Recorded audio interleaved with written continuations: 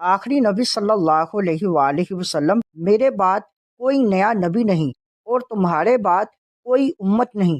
جو اس عقیدہ کا انکار کرے ہمیشہ کے لیے جہنمی اور لعنت کا مستحق بن جاتا ہے۔ بسم اللہ الرحمن الرحیم۔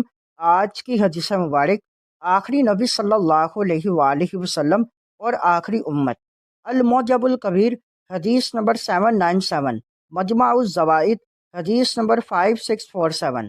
حضرت ابو قتیلہ رضی اللہ تعالیٰ عنہ نے بیان کیا، سیدنا رسول اللہ صلی اللہ علیہ وآلہ وسلم نے حجۃ الوداع کے موقع پر لوگوں میں قیام فرما ہو کر ارشاد فرمایا، میرے بعد کوئی نیا نبی نہیں اور تمہارے بعد کوئی امت نہیں، تو تم اپنے رب کی عبادت کرو، 5 نمازیں پڑھتے رہو، ماہ رمضان کے روزے رکھا کرو، اور یعنی جائز امور میں اپنے حکام کی اطاعت کرو، تم اپنے رب کی جنت میں داخل ہو جاؤ گے۔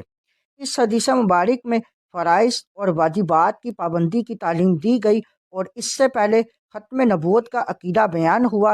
علماء کرام نے فرمایا، مسلمان کے لیے جس طرح لا الہ الا اللہ ماننا، اللہ تعالیٰ کو ایک بے نیاز اور شریک سے پاک جاننا فرض عین اور مدار ایمان ہے، ایسے ہی محمد الرسول اللہ صلی اللہ علیہ وآلہ وسلم کو خاتم النبیین یعنی آخری نبی ماننا فرض اہم ہے، اور یہ عقیدہ رکھنا ضروری ہے کہ آپ صلی اللہ علیہ وآلہ وسلم کے زمانے میں یا آپ صلی اللہ علیہ وآلہ وسلم کے بعد کسی نئے نبی کا آنا محال اور باطل ہے۔